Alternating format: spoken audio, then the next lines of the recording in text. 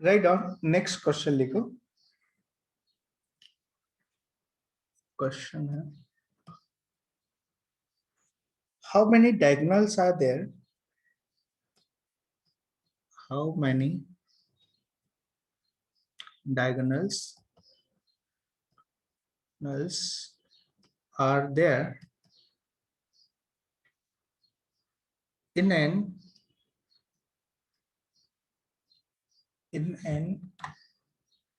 n-sided polygon, n-sided polygon bracket में n greater than 3। पहला part हो गया, फर्स्ट क्वेश्चन हो गया, लेट्स से ये ए बना देते हैं। बी क्वेश्चन है, बी पार्ट लिखो how many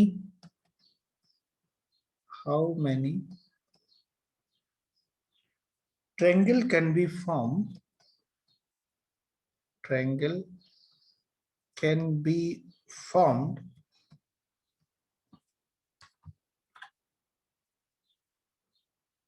by joining the vertices, by joining the vertices of an n-sided polygon. Then इसमें how many of these triangle have, how many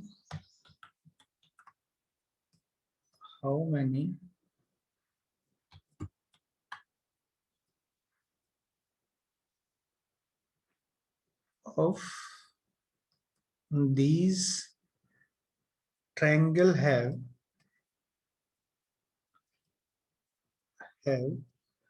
first लिखो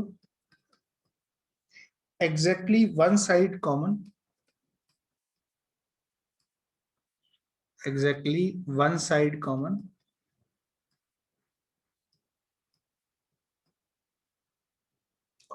with that of the polygon, with that of the polygon। Second part लिखो इसका exactly two side common, two sides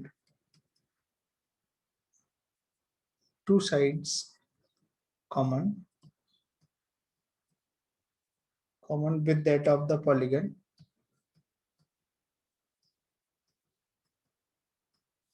and third part लिखो no side common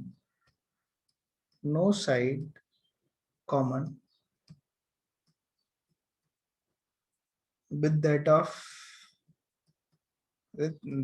the polygon। Answer करो, answer them one by one.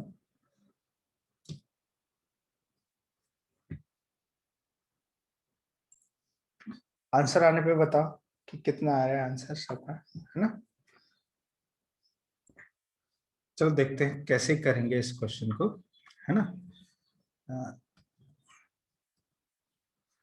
पहला question है how many diagonals are there in n n sided polygon. तो जो A part है, let's से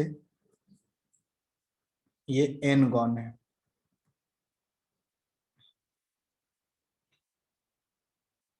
N sides are there, इस तरह से इसका नाम रख देते हैं कि A1 A2 A3 A4 ऐसे dot dot dot n vertices है। तो पहले का जो आंसर आएगा कि how many diagonals are there, तो डायगोनल्स बनाने के लिए हम क्या करेंगे, कोई भी दो वर्टेक्स उठा ले। देखो ये डायगोनल बन गया, ये दो उठा ले तो ये भी डायगोनल बन गया, है ना। सिवाय साइड्स के, यदि ये दो कंजुगेटिव साइड्स आ गई तो ये डायगोनल नहीं बनेगा, ठीक है। तो इतना यदि ये कंसेप्ट आप ध्यान रखोगे तो आंसर आ जाएगा। कैसे? तो पहले का आंसर कितना आ जाएगा? देखो n वर्टिसेस हैं, तो हम क्या करेंगे, NC2, कोई भी दो डायगोनल उठा लिए। तो इतने इतने वेज से आप दो वर्टिसेस को सिलेक्ट कर सकते हो। तो दो वर्टिसेस को सिलेक्ट करोगे तो डायगोनल बनेगा। लेकिन कुछ केस में डायगोनल नहीं बनेगा, तो वो केस कितने होंगे ये हमें देखना है। कुछ केस जैसे A1 A2 उठा लिया तो ये डायगोनल नहीं बना, ये तो साइड बना, ये एक केस हो गया। A2 A3 उठा लिया तो ये डायगोनल नहीं बना, ये साइड बना। तो ऐसे कितने केस बनेंगे? n केसेस आ गया। तो इन n केसेस को आप हटा दीजिए। तो पहले का जो आंसर है वो ये आया है। क्या यही आया बच्चा लोग? शार, हाँ सर। अवनी, रेवती, यही आया है क्या? है ना? हाँ अच्छा, सर। नेक्स्ट पार्ट देख लेते हैं। ये तो हो गया ए पार्ट, NC2 माइनस n हो गया। फिर क्या है? बी पार्ट चेक कर लेते हैं। बी में क्या क्वेश्चन है? How many triangle can be form by joining vertices of n sided polygon? n sided polygon में कितने ट्रायंगल बन सकते हैं? तो आप क्या कहोगे, सर एक काम करते हैं, कोई भी तीन वर्टिसेस उठा लेते हैं। कोई भी तीन वर्टिसेस उठाएंगे और एक ट्रायंगल बन ही जाएगा। ट्रायंगल बनाने के लिए हमें 3 पॉइंट का सिलेक्शन करना है। तो जो यहां से ये वाला जो क्वेश्चन है, यहां से ये, इसका आंसर क्या हो जाएगा? इसका हो जाएगा answer NC3 veg. NC3 veg, ठीक है।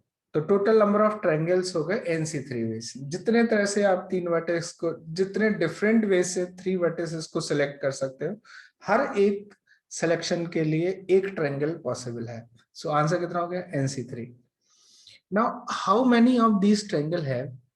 फिर अब यहाँ पे अब थोड़े केस वाइज हो गए। केस बनाना है कि इनमें से कितने ऐसे ट्रायंगल है जिसमें exactly one side common with that of the polygon. तो पहला पार्ट कितना, आंसर क्या होगा? एग्जैक्टली वन साइड कॉमन के लिए देखो, ये साइड कॉमन है यहाँ पे। तो एक काम करते हैं कि इसके लिए कि कोई भी एक साइड कॉमन ले लेते हैं। तो एक साइड कॉमन कितने तरह से ले सकते हैं? क्या ये n वेज होंगे? n side are there, n ways. चाहे देखो A1 A2 वाली साइड ले लो, या A2 A3 वाली साइड ले लो, या A3 A4 वाली साइड। तो इस तरह से कितनी साइड ले सकते हैं? एक साइड कॉमन लेनी है तो n वेज है इनटू। अब देखो यहाँ पे एक साइड आपने लेट से ये ले ली है, A1 और A2 सिलेक्ट कर लिया है, ठीक है। तो अब यदि हमें ट्रायंगल बनाना है तो एक पॉइंट और चाहिए। वो A3 नहीं हो सकता है, वो AN नहीं हो सकता है, और रिमेनिंग कोई भी हो सकता है। यहाँ पे आएगा तो देखो ये ट्रायंगल ऐसे बना देंगे, तो एक साइड कॉमन है। यहाँ पे आएगा तो ये ट्रायंगल ऐसे बना देंगे। लेकिन A3 क्यों नहीं हो सकता? क्योंकि जैसे ही A3 लोगे ना, तो फिर ये एक साइड कहाँ कॉमन है, तो दो साइड कॉमन होने लगी है। तो यदि आपने एक साइड सेलेक्ट कर ली A1 A2 as a common, और कितने तरह से एक साइड सेलेक्ट कर सकते हैं? n वेज से। तो एक पॉइंट और चाहिए ट्रायंगल बनाने के लिए, जो कि A3 नहीं हो सकता, AN नहीं हो सकता। तो रिमेनिंग पॉइंट कितने हैं? तो रिमेनिंग पॉइंट है n-4, क्योंकि n पॉइंट थे इसमें से। अब ये 4 पॉइंट को छोड़ के बाकी कोई भी ले सकते हैं, n-4 C1। बताओ क्या ये आंसर ठीक है? सोच के बताओ।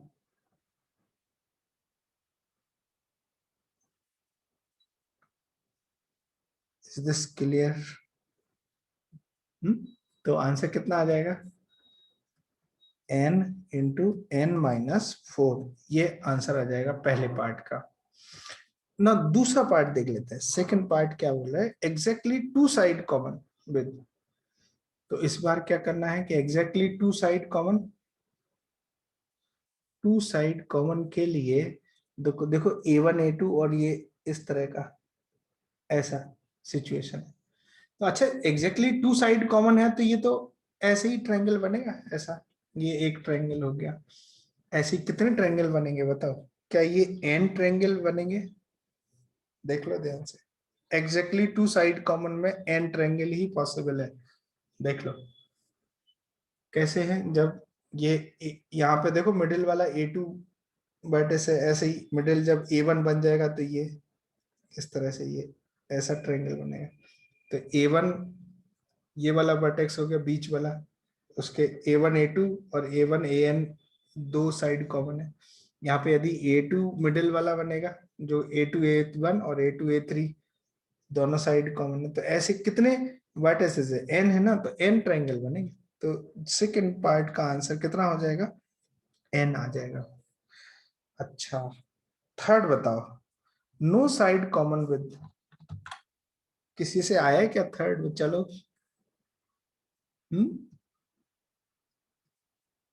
सर्व, गौरव, अवनी, रेवती, अंशुमान, बताओ आया क्या? सर वो टोटल माइनस अनफेवरेबल करके। बिल्कुल बिल्कुल ऐसे ही करना है। यदि आप नो साइड कॉमन को केस बना के करोगे ना, तो ये थोड़ा डिफिकल्ट टास्क होगा। देखो हो क्या रहा है कि लेट से ये केस 1 हो गया, एग्जैक्टली वन साइड कॉमन, ये केस 2 हो गया, एग्जैक्टली टू साइड कॉमन, ये केस 3 नो साइड कॉमन। तो यदि हम कोई भी ट्रायंगल बनाते हैं, कोई भी ट्रायंगल, कैसा भी ट्रायंगल बनेगा, तो उसमें क्या क्या पॉसिबिलिटीज होगी कि एग्जैक्टली वन साइड कॉमन होगी, plus exactly two side common होगी, और प्लस एग्जैक्टली और नो साइड कॉमन भी, ये मतलब तीसरा केस, ये तीनों मिलके क्या ऑल पॉसिबल ट्रायंगल बन गए? तो ये ऑल पॉसिबल ट्रायंगल बन रहे हैं, ट्रायंगल्स बन रहे हैं, ठीक है, ऑल पॉसिबल ट्रायंगल बन रहे हैं। तो पहले केस का तो आंसर हमें मिल गया, exactly one side common, exactly one side common का आंसर कितना है, n(n-4). दूसरे का answer exactly two side common, इसका आंसर कितना है, इसका आंसर है n। फिर नो साइड कॉमन का आंसर जो हमें चाहिए है वो x हो गया, और is equal to all possible triangle, all possible triangle कितने हो जाएंगे, nc3। क्या इतनी बात समझ आई? इस तरह से तो हो क्या रहा है कि हम क्या कर रहे हैं, x की वैल्यू nc3 में से ये सब्ट्रैक्ट कर देंगे, n(n-4) माइनस n, ये आंसर आ जाएगा। आप इसको सिंप्लीफाई कर लोगे तो आंसर आ जाएगा। क्या इतनी बात समझ आई? I hope you enjoy today's lecture. आज इतना ही करते हैं, will meet you in next class.